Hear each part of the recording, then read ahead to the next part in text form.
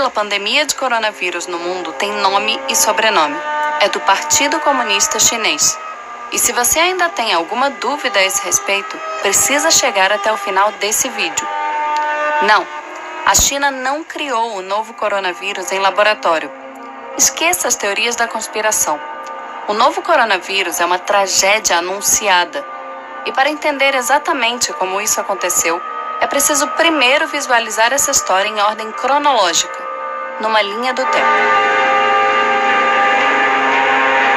De acordo com oficiais chineses, o primeiro caso de Covid-19, o nome científico da doença respiratória aguda causada pelo coronavírus da Síndrome Respiratória Aguda Grave 2, aconteceu no dia 17 de novembro de 2019.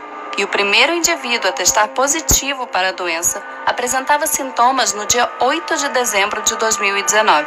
A falta de condições sanitárias de um mercado de animais silvestres em Wuhan, prática comum num país que não oferece segurança alimentar, foi fundamental para o surto.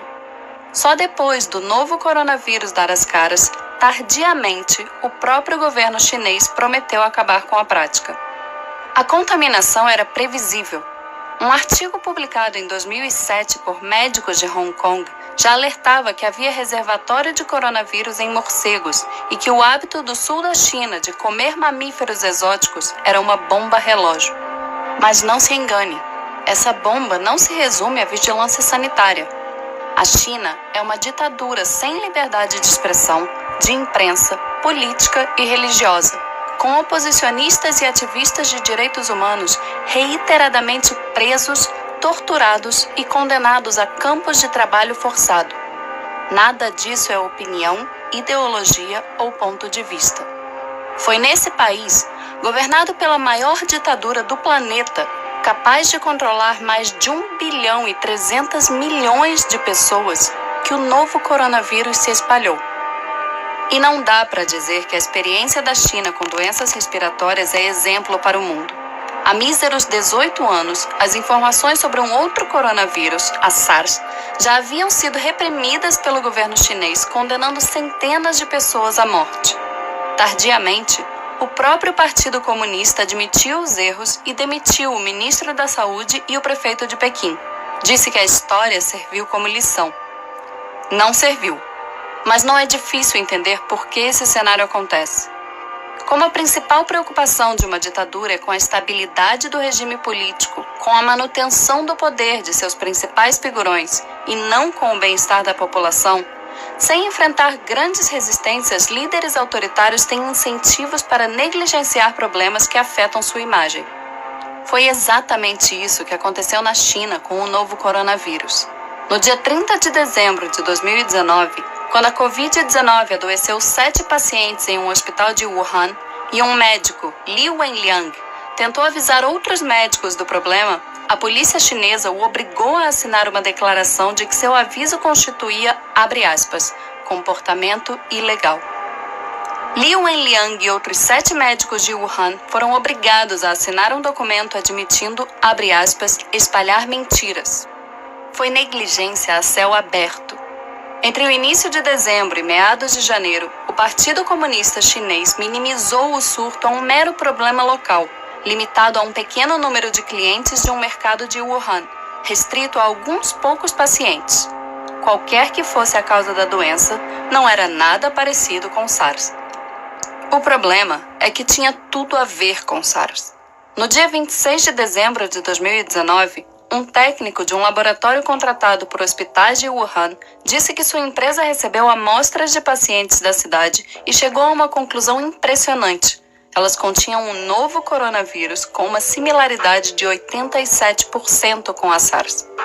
2 dias antes, uma amostra do novo coronavírus retirada de um paciente foi enviada a um laboratório para o sequenciamento do genoma. Os resultados ficaram prontos no dia 27, mas as autoridades de Hubei, a província onde fica a cidade de Wuhan, ordenaram que ela fosse simplesmente destruída. Em pleno mês de janeiro, a polícia chinesa ainda controlava as informações, tratando o novo coronavírus como um mero boato. Em Wuhan, esse era o discurso oficial. A polícia apela a todos os internautas para não fabricarem rumores, não espalharem rumores, não acreditarem em boatos. E aqui cabe um parêntese. O Partido Comunista Chinês promove o maior ato de restrição à liberdade de expressão da história da humanidade. Cerca de 50 mil censuradores participam do processo de controle da internet no país, conhecido como Grande Firewall da China. No país, são oficialmente proibidos serviços como Google, Gmail, Facebook, YouTube, Wikipedia, Reddit, Instagram, Twitter e WhatsApp. Como o governo monitora os aplicativos permitidos, acaba controlando todo o conteúdo online e o tráfego de informações. E a vigilância não permanece restrita à internet. O Partido Comunista Chinês também controla todas as principais redações de jornal do país. Segundo a Reporters Without Borders, em 180 países listados, a China é o 177º em liberdade de imprensa. Não há acesso no país à BBC, New York Times, The Guardian, Wall Street Journal, Reuters, Time ou NBC. Controlando a internet e os veículos de imprensa, o Partido Comunista Chinês não teve qualquer dificuldade em atrapalhar o fluxo de informações da população sobre o coronavírus, colaborando ativamente para que o surto se transformasse numa pandemia. Li Wenliang, um médico whistleblower citado há alguns minutos nesse vídeo, só foi liberado da prisão no dia 3 de janeiro de 2020, depois que assinou um documento assumindo a prática de atos ilegais. Li contou à CNN que sua família se preocuparia se ele perdesse a liberdade. Como consequência da exposição ao vírus, isolado no trato de seus pacientes, Li acabou contraindo o novo coronavírus e falecendo aos 34 anos. Outro médico, Wang Wangbao, admitiu mais tarde que a especulação sobre um vírus semelhante a SARS era forte nos círculos médicos no início de janeiro desse ano, mas que as detenções dissuadiram muitos, inclusive ele próprio, de falar abertamente a respeito. E a comunidade médica não foi a única classe acossada pelo Partido Comunista. A imprensa independente, escassa no país, também sofreu represálias. Em fevereiro, 2 jornalistas chineses, Fang Bin e Shen Qiuxi, desapareceram depois de trabalharem na cobertura do coronavírus em Wuhan e denunciarem as supressões de informações e as ameaças do governo.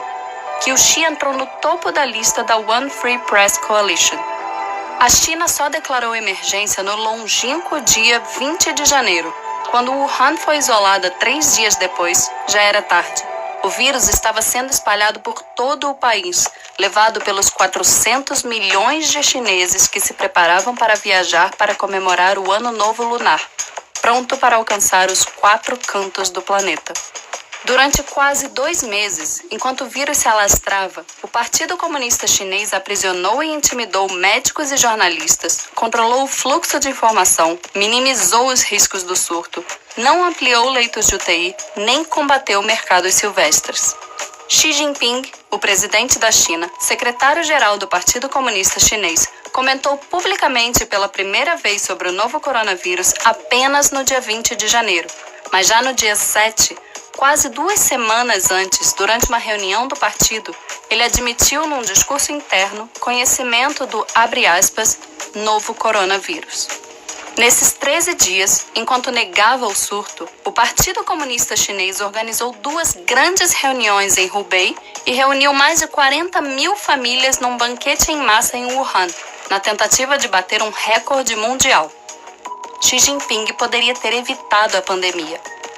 Apenas no dia 4 de fevereiro, assim como no episódio com a SARS em 2002, o Partido Comunista admitiu suas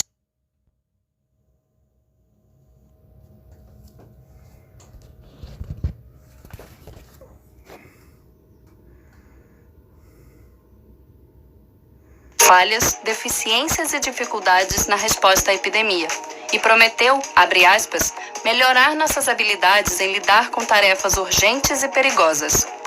Mas mesmo 2 meses depois do surto começar, depois da Organização Mundial de Saúde pedir repetidamente às autoridades chinesas dados sobre as condições clínicas dos médicos e enfermeiros de Wuhan, o governo chinês ainda tinha dificuldade em ser transparente com a comunidade internacional. Repetindo as trapalhadas do Politburo soviético no acidente nuclear de Chernobyl em 1986, o Partido Comunista Chinês é indiscutivelmente o grande responsável por negligenciar um surto em tão local, reiteradamente ignorado pelas autoridades, transformando o novo coronavírus numa pandemia global. Reprisando os erros da SARS em 2002, a ditadura chinesa deixou o mundo novamente à mercê de seus caprichos, pagando por suas irresponsabilidades, sem nenhuma garantia de que tenha condições de combater exemplarmente novos surtos nos próximos anos, capazes de dizimar populações inteiras. É exatamente por isso que a culpa pelo novo coronavírus tem nome e sobrenome. E que se há outros líderes políticos negligenciando e sabotando o combate ao surto, é tão importante responsabilizar os principais autores políticos dessa pandemia. Ela nasceu no coração do Partido Comunista Chinês. Inúmeras pessoas inocentes morrerão nas próximas semanas graças à ineficiência de uma ditadura. Outras tantas podem sucumbir nas próximas décadas, repetindo os estragos gerados pela SARS e o novo coronavírus, caso a humanidade continue cruzando os braços com os descasos da maior ditadura do planeta. A história será implacável.